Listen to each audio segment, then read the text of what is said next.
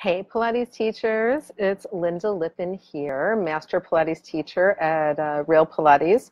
And I've been teaching now for about 28 years. And those of you who don't know me, I empower people to feel and function better using Pilates, fitness, and nutrition as a tool. And I help mentor Pilates teachers to empower them to do the same thing for themselves and their clients. Now, I am live with you today. Hey, Ian, talking to you about diastasis recti and back pain. Now, in my neighborhood in Tribeca/Financial District of Lower Manhattan, it is a huge, huge family community. And so we're dealing with a whole lot of moms, postnatal moms, many of whom have had multiple kids and have diastasis recti. Note that diastasis recti does not only affect women and does not only affect moms. I also have a male client who had a stroke recently, lost use of his left side. We're working on getting that back. But due to tons of years of just having tight abs, of having a belly, and then doing lots and lots of traditional crunches on top of that, he developed a diastasis recti. And this is, dealing with it is even more important now that he's also dealing with the stroke and not being able to use both sides. So diastasis recti is an issue, and for those of you who don't know what it is, I consider diastasis recti to be a form of hernia. And basically what happens is we have 4 layers of abdominal muscle in the human body. The deepest layer is the transverse abdominis muscle. This muscle striates horizontally and goes all the way from the lumbar vertebrae in the back, wraps around the entire torso from the bottom of the rib cage or diaphragm down. On top of that are the internal and external oblique muscles, which run diagonally around the torso and some around the rib cage. And on top of that whole thing is what we call the six-pack or the rectus abdominis, which runs from basically your breastbone, top of the rib or bottom of the rib cage, to your pubic bones. Now, in the middle of all of that is something called the linea alba, and this is the place where all of those muscles come together. That is the center line down the middle of your abdomen or torso. When people are pregnant, or when the belly is too big, or when people spend too much time bearing down and increasing their intra-abdominal pressure, the linea alba can weaken, and you can actually get areas in it of overstretch. And when this happens, you start to see the abdominal contents actually push out into that space. For a lot of people, what it looks like is literally like a mountain peak. So if you say are lying on your back, you curl up your head and your ribs and you look down at your belly and you start to see a little peak sticking out anywhere between your pubic bone and your breastbone, you are really looking at a diastasis recti, which is a weakness or overstretch in that linea alba. Now, there are a few things that you can do with this, okay? Number one thing is you need to work on reducing the amount of intra-abdominal pressure as much as possible. The second thing is you have to look at different ways of moving, because there are definitely types of movements that increase intra-abdominal pressure. And then finally, you need to look at ways of breathing that also work on helping the body to navigate intra-abdominal pressure. I teach all of this in my workshops on hernia and diastasis recti for Pilates teachers, as well as in my 6-week In and Up diastasis recti online course. So to start out with, let's look at positional issues with diastasis recti and why those would cause back pain, okay? The way our body works is that if we have a weakness somewhere, typically there's a tightness somewhere else that balances that out. So for example, you may notice if you tend to have chronically tight hip flexors, that you may not be as strong in your abdominal muscles, and you may not be as strong in the muscles in the back of your body, your glutes, your hamstrings, and other muscles that support that, okay? If you have a weakness in the front of your abdominals, you're going to have more tightness in the back of your abdominals. The other thing that happens, especially with postnatal women, is that the rib cage gets super high and tight just due to the position of the baby as it's developing. And super high and tight, that then leads to a lot more tension in the back, which leads to back pain. If the abdominal muscles are weaker, that also leads to back pain. So what we need to be looking at is basically strengthening the abdominal muscles and getting that diastasis recti to start to come back together in order to handle the back pain. What's interesting is that for women who have back pain, the tendency is to want to tuck the pelvis under and shove the rib cage down and back in order to bring the ribs down and handle that level of back pain. It doesn't work. The reason for that is that as soon as you posteriorly tilt the pelvis, you're increasing intra-abdominal pressure. And as soon as you shove the ribs down, you're also increasing intra-abdominal pressure. And both of those things are going to lead to the diastasis recti popping out and getting overstretched. So they don't really help the problem. So what can help is teaching our clients and teaching ourselves to find a neutral pelvis. And I've talked about this a number of times over the past few days. But a neutral pelvis position is where the hip bones and pubic bones are in the same horizontal plane. And that's the case whether you're sitting, standing, on your side, on your back, or on your stomach, doesn't matter. You're looking, again, for the hip bones and pubic bones to be in the same horizontal plane coming across.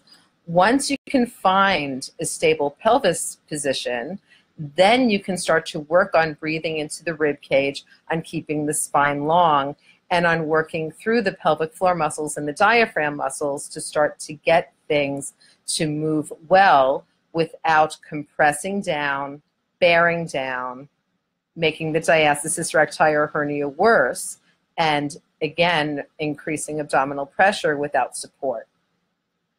Positionally, as teachers, and especially as Pilates teachers, most Pilates exercises are taking place in a position that is going to increase intra-abdominal pressure and make our clients, in a sense, want to bear down if they've already got a weakness. So we need to look at avoiding things like forward flexion in the spine.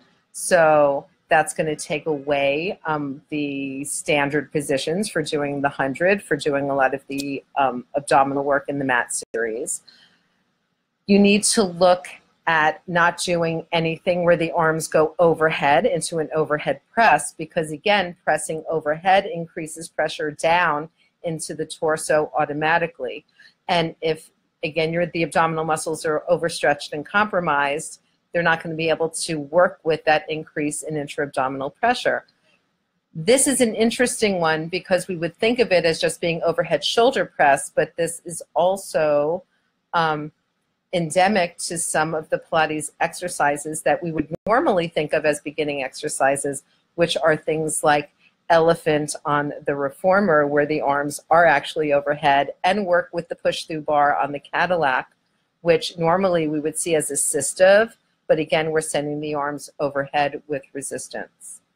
The final positional issue is being prone or being on your stomach, right? Because if you're prone or on your stomach, your guts are spilling down towards gravity. Again, if you have a weakness in the abdominals and you're putting yourself in a position where gravity is automatically putting you at a disadvantage because you have to hold those abdominals up and in to keep the guts from spilling down, again, you're going to have problems dealing with the intra-abdominal pressure, and hence problems pulling in and up with the abdominal muscles to help close the diastasis. So it's really crucially important at the very beginning that people stay in a long extended spine, that they're in as much of a neutral pelvis with a heavy sacrum as they can be. And then if you're taking them into positions where they're supine on their backs, or maybe at a slant, where they might be kneeling, they might be sitting, you can work then on getting some breath in without bearing down, breath out again without bearing down, and work on pulling the abdominal muscles in and up without tucking the pelvis under or rounding the rib cage to do that, because both of those are going to make a diastasis recti worse. So a lot of the work that we would normally do for somebody in back pain, which might say for somebody who didn't look at my video yesterday, might be to try to stretch those muscles or work those muscles, which again is not going to help. What you want to be looking at is finding length, finding extension in the torso, and then working through breath and pulling in and up, working the abdominal muscles as much as you can in that position. So before I go, I just wanted to share a quick story. So the other day I saw a new to me client at Real Pilates who has a diastasis recti. It's been about 4 years since she had her children, and she's been taking classes. And the things that she's noticed in taking classes, both equipment-based and mat-based classes, as well as doing her regular workouts, which include things like Barry's Boot Camp and Soul Cycle, that her diastasis hasn't been getting better. She's in a lot of back pain, and her hip flexor muscles just scream anytime she brings her knees up into her chest. So as I was working with her, I worked with her on keeping length. I worked with her on finding the breath, using a lot of cueing on keeping the hip bones wide, but pulling the abdominal muscles in and up, on feeling like maybe she has a flexible corset with a little bit of boning so that she can work on breathing, but she can't really move her back and her rib cage too much. And as we were kind of doing this work, she realized that her back was feeling a little bit better, and that even though she wasn't moving through quote unquote abdominal work, she was feeling a lot more work in her abdominal muscles. So from there, I had her come over to the reformer. I had her come into a start position for the 100 with her knees bent and her heels squeezing together and her knees slightly apart, and pressing down with all 4 springs on the gross reformer. I just had her press down into her arms, but keep her head down. We worked on the pumping and breathing there, keeping her pelvis super stable, trying not to bear down into her rib cage or try to curl her back into the mat. And lo and behold, as she was going through this breathing, she says to me, "Oh my God, my hip flexors aren't acting up. My hip flexors aren't getting tight. What am I doing? Why aren't they doing that?" So I briefly got her to then recreate her normal position for the 100. She tucked her pelvis under, she shoved her lower back down, she tried to push her ribs down and use them to kind of compress and curl up, and immediately her hip flexors started screaming. She started having some neck pain, and it started to hurt her back, plus her diastasis was popping right out. So I brought her back down, got her centered again, got her long, got her breathing, put her back into the same position, and lo and behold, her abdominal muscles were pulling in, her hip flexors weren't screaming. So that just went to show her and show me, and hopefully show all of you, that you don't need to be in that flexion position necessarily, even for doing the traditional Pilates abdominal work. You also don't need to be shoving the lower back down as a prerequisite to doing abdominal work. It actually doesn't work.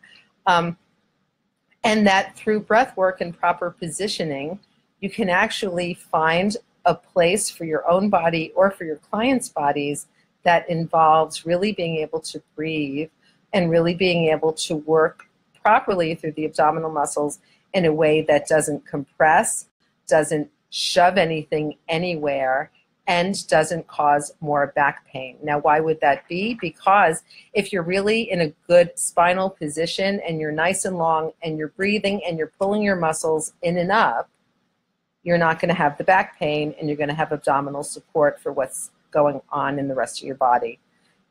So again, this is Lynda Lippin, Master Pilates teacher at Real Pilates in Tribeca in New York City.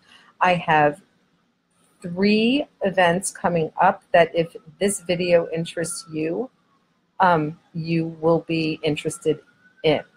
Number 1 is that on the 10th of March, I have a live workshop going for women who are experiencing diastasis recti, and that's going to take place from 11 to 1 p.m. at Sage Fitness at 139 Fulton Street in the Financial District. Then I have a teacher training workshop going on, which is teaching clients with hernia and diastasis recti. That will be on Friday, the 16th of March, from 2 to 5 p.m. at Real Pilates Soho. But that's also going to be streaming, so you can actually sign up for that even if you can't be physically in the studio with us in New York, and do it as a streaming workshop. And then finally, I have my online 6-week diastasis recti healing program called In and Up. And I have a new round of that that's starting next Monday, the 26th. So I would love to see you guys in all or any of those. I will put links to them in the comments to this video. And so thanks to everyone who joined me. And I look forward to working with you more. And I'll see you guys tomorrow for another live video. Thanks a lot. Bye.